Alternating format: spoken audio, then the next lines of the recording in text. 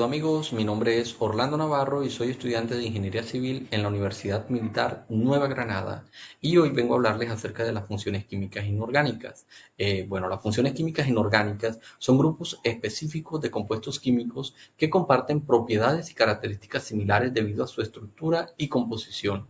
Estas funciones químicas, como los óxidos, los hidróxidos, los ácidos y las sales, también los cianuro, desempeñan un papel fundamental en la química inorgánica y cada uno tiene su propia identidad química y se comporta de manera única en reacciones químicas.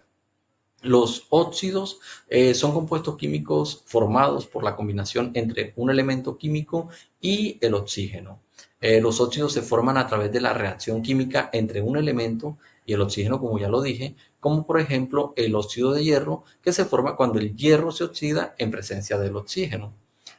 Lo podemos clasificar en óxidos metálicos, óxidos no metálicos, óxidos mixtos, óxidos ácidos, óxidos básicos, óxidos anfóteros, los óxidos peróxidos y los óxidos superóxidos. Los óxidos metálicos, que como su nombre lo indica, estos óxidos están formados por la combinación entre un metal y el oxígeno.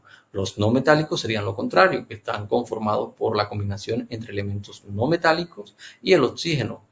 Suelen formar compuestos covalentes con enlaces covalentes polarizados o iónicos.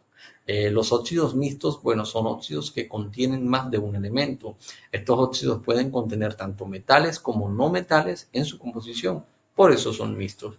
Los óxidos ácidos son óxidos no metálicos que cuando reaccionan con agua producen ácidos, por ejemplo, el dióxido de azufre. Los óxidos básicos son óxidos metálicos que cuando reaccionan con agua producen bases o hidróxidos. Los óxidos anfóteros, estos óxidos pueden comportarse tanto como ácidos como bases, dependiendo de las condiciones. Los óxidos peróxidos son compuestos químicos que contienen el ion peróxido. Este ion peróxido está formado por dos átomos de oxígeno unidos entre sí y con una carga negativa. En otras palabras, es como si dos átomos de oxígeno estuvieran unidos y compartieran un par de electrones extra. Y los superóxidos, que también tienen esta condición similar, están compuestos químicamente por el ion superóxido. Y este ion es especial porque se forma cuando un átomo de oxígeno se combina con una molécula de oxígeno, creando una especie con una carga negativa. En otras palabras, si el ion superóxido está compuesto por dos átomos de oxígeno y tiene una carga negativa, esto es lo que lo hace altamente reactivo. Digamos que también tienen algunas aplicaciones en la industria como agentes oxidantes, antioxidantes y bactericidas. La formulación y la nomenclatura, digamos que tenemos tres tipos de nomenclatura: la tradicional, el sistema con prefijos y sistema con números romanos, que es la STOT. Los óxidos básicos o ácidos metálicos, como son la combinación de oxígeno con algún metal, el número de oxidación del oxígeno siempre es -2, mientras que el del metal sería el positivo. En la nomenclatura tradicional se utiliza la palabra óxido seguido del metal con uno de los prefijos y sufijos para indicar su número de oxidación. Si solo existe un número de oxidación, pues se utiliza el sufijo ico o bien óxido de metal. Ya, si existen dos, pues se utiliza el oxo para el menor y el ico para el mayor. Si existen tres, pues haríamos lo mismo: hipo, oso y ico para el mayor.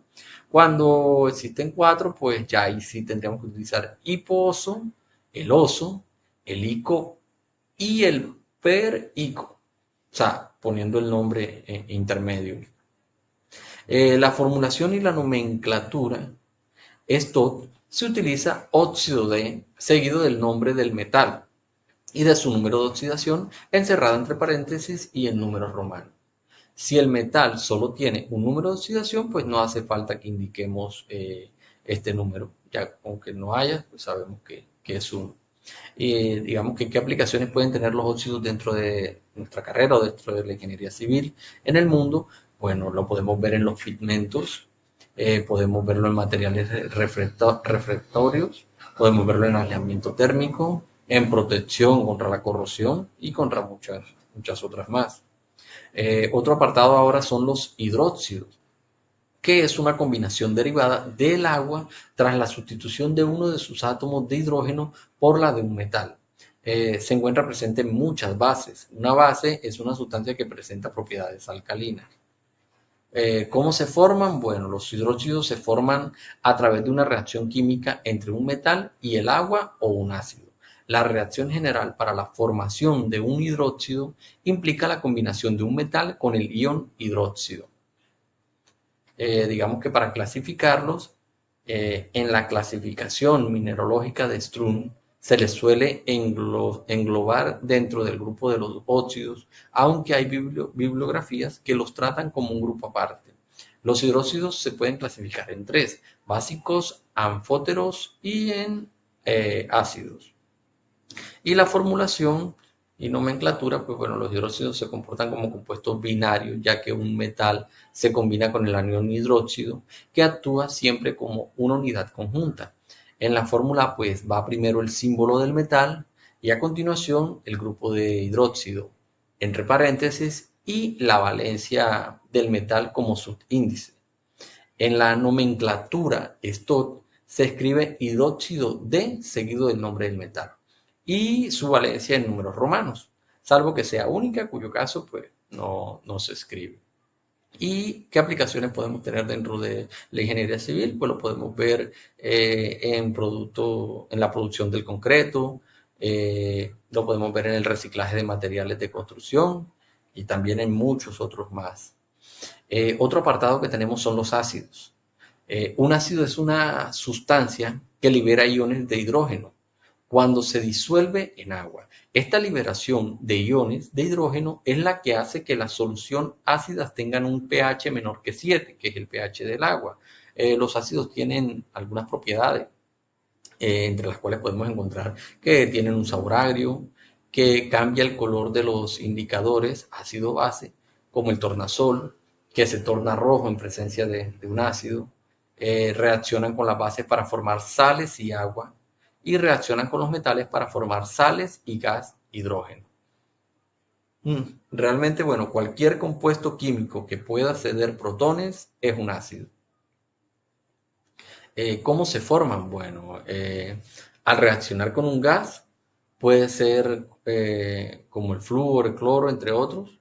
Con el hidrógeno se forman un hidrácido. Un ejemplo de esto pues sería el cloro con el hidrógeno, pues forma ácido clorhídrico. También reaccionan con un óxido no metal, con agua se forma un ácido ternario. Un ejemplo sería trióxido de azufre más agua, formaría ácido sulfúrico. Los podemos clasificar de varias maneras, dependiendo de diferentes factores, por su naturaleza, que pueden ser ácidos hidrácidos o ácidos osácidos, por su fuerza, que pueden ser fuertes o débiles, por su número de hidrógeno ionizable, que pueden ser monoácidos, diácidos y triácidos, por su estado de agregación, que pueden ser líquidos, volátiles o sólidos, por su aplicación, que puede ser en ácidos industriales, ácidos alimenticios o ácidos farmacéuticos. Se formulan, bueno, la formulación de los ácidos depende de su composición química y de si son ácidos binarios, que son los ácidos hidrácidos, o de si son ácidos ternarios, que son los ácidos oxácidos. Digamos que los ácidos binarios consiste en hidrógeno y un elemento no metálico. Para formularlo se escribe ácido al principio del nombre. Se usa la raíz del nombre del elemento no metálico seguido de la palabra hídrico. Se agrega la palabra de y el nombre del elemento metálico con la terminación uro. Por ejemplo, ácido clorhídrico formado por hidrógeno y el cloro. O ácido sulfídrico formado por hidrógeno y azufre. En la implementación de la ingeniería civil podemos verlos en el control del pH del concreto, en el tratamiento de superficies y de corrosión, y en pruebas de suelo también podemos verlos mucho. Otro tema también son las sales, que en química una sal es un compuesto químico formado por cationes, que son los iones con carga positiva, enlazado con aniones, que son los iones con carga negativa. Son el producto típico de una reacción química entre una base y un ácido. donde la base proporciona el catión y el ácido pues proporciona el anión. ¿Cómo se forman? Bueno, las sales se pueden formar de varias reacciones químicas, entre las cuales puede estar una base y un ácido, un metal y un ácido, un metal y un no metal, una base y un anhídrido de ácido, un ácido y una base anhídrido también. Y también se pueden formar por la mezcla de soluciones de diferentes sales. Es otra de las formas. ¿Cómo las podemos clasificar? Bueno, las sales se pueden clasificar de diversas formas. Las sales que producen iones de hidróxido cuando se disuelven en agua se denominan sales alcalinas. Las sales que producen soluciones ácidas son sales ácidas. Y las sales neutras son aquellas sales que no son ni ácidas ni básicas, o sea, que no pertenecen a, son neutras. ¿Cómo se formulan? Bueno, según la nomenclatura tradicional, las sales se denominan con el nombre del anión, que es el ion con carga negativa, recordemos, y con cierto prefijo y sufijo, seguido de la preposición de y el nombre del catión, que es el ion con carga positiva. Las sales hidrácidos, o las sales hidrácidos, sí, se cambia al final el hídrico del nombre del ácido por uro y se agrega el nombre del catión. Un ejemplo sería ácido clorhídrico que se convierte en cloruro de sodio. Las sales oxácidos se cambia el final oso o ico del nombre del ácido por ito o ato y luego se agrega el nombre del catión. Un ejemplo sería el ácido sulfuroso que se convierte en ácido en sulfito de calcio. Sales ácidas indica cuando hidrógenos no sean sustituidos en la molécula. O sea, indica cuántos hidrógenos no se han sustituido en la molécula. Y luego se agrega el nombre del anión y del catión. Un ejemplo se llama, por decir, el NaHS, sería como hidrógeno sulfuro de sodio. ¿Cómo se formulan también las sales básicas? Bueno, se indican cuántos hidroxilos contiene y luego se agrega el nombre del anión y del catión. Un ejemplo, hidrocloruro de magnesio, que tiene una, bueno, aquí podemos ver una de las funciones químicas. Las sales hidratadas, simplemente agregas el número de moléculas de agua de cristalización al nombre de la sal. Y con eso tienes ya la... Y bueno, estas reglas son fundamentales por decir un ejemplo, para ver la composición y el origen de ácidos y o bases. Nos ayudan a nombrar las sales de manera precisa según su composición, origen en ácidos o bases, con esta regla. La implementación que vemos dentro de la ingeniería civil está en la construcción de carreteras. En otros países la suelen utilizar para derretir el hielo y la nieve, digamos, en carreteras. Construcción de puentes, las sales se utilizan para proteger el acero de los puentes de la corrosión. En la construcción de túneles, las sales se utilizan para estabilizar el suelo y las rocas en los túneles. En la construcción de presas también se utilizan para controlar la erosión y la corrosión en las presas. Otro tema, aparte, serían los hidruros. Un hidruro es un compuesto químico formado por cualquier elemento y un hidrógeno. O sea, cualquier elemento y un hidrógeno nos da un hidruro. Se dividen en hidruros metálicos, los cuales se forman con un metal y un hidrógeno, y los hidruros no metálicos, los cuales se forman por un no metal y un hidrógeno.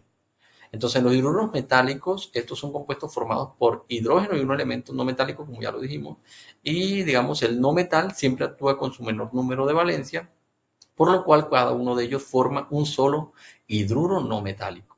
Generalmente se encuentran en estado gaseoso a la temperatura ambiente. Algunos manifiestan propiedades ácidas tales como los hidruros de los elementos flúor, cloro, bromo, yodo, azufre, selenio y telurio, mientras que otros no son ácidos, como lo que el agua, el amonio, el metano y los silanos, entre muchos otros más. Los hidruros de carácter ácido se formulan escribiendo primero el símbolo del hidrógeno y después el del elemento. A continuación, después se intercambian las valencias. El hidrógeno actúa con su valencia positiva más 1 y se combina con los elementos no metales, digamos del grupo 17, como podemos ver, como son el flúor, el cloro, el bromo, el yodo, con valencia -1. Y con elementos no metales, También del grupo 16, que son el azufre, el selenio, el telurio, con valencia -2. Se nombran añadiendo la terminación uro en la raíz del nombre del no metal y especificando a continuación de hidrógeno. Como algún ejemplo podría ser el fluoruro de hidrógeno, cloruro de hidrógeno, bromuro de hidrógeno, entre muchos otros más. Los hidruros metálicos son compuestos binarios constituidos por hidrógeno y un elemento metálico. Se formulan escribiendo primero el símbolo del elemento metálico. Se nombra con la palabra hidruro seguido del nombre del metal. Los hidruros metálicos son el resultado de la unión entre el hidrógeno y un elemento metálico. Como ya lo habíamos dicho, los hidruros metálicos se caracterizan por ser los únicos compuestos en los que el hidrógeno funciona con número de oxidación de -1. Recordemos que para escribir la fórmula de un hidruro metálico, primero se escribe el símbolo del elemento metálico, que es la parte positiva, y después se escribe el hidrógeno, que viene siendo la parte negativa. Para nombrarlo se utiliza la palabra hidruro, la preposición de y el nombre del elemento metálico. En el sistema de Ginebra se usa la terminación ico y oso para indicar el mayor y el menor número de oxidación de los elementos metálicos, respectivamente. Y en el sistema IUPAC, esta distinción entre compuestos formados por el mismo elemento, pero con números de oxidación distintos, o sea, se señala con números. El hidruro es el mismo en ambos sistemas, realmente. Y la implementación que tenemos de los hidruros en la ingeniería civil lo podemos ver como agente de protección para el acero, como lubricantes para los equipos de construcción, como agentes de curado para el hormigón y entre muchas otras más implementaciones que tenemos dentro de la ingeniería civil. Bueno, de antemano, pues no me queda más que dar las gracias a todos. Espero que esta breve recolección de información y este breve análisis que se ha realizado nos sea de gran ayuda, tanto para mí como para todos los que vean este video, y nos ayuda a comprender un poco más todo este tema de la química dentro de nuestra rama, que es la ingeniería civil. Buenas noches a todos, les deseo lo mejor.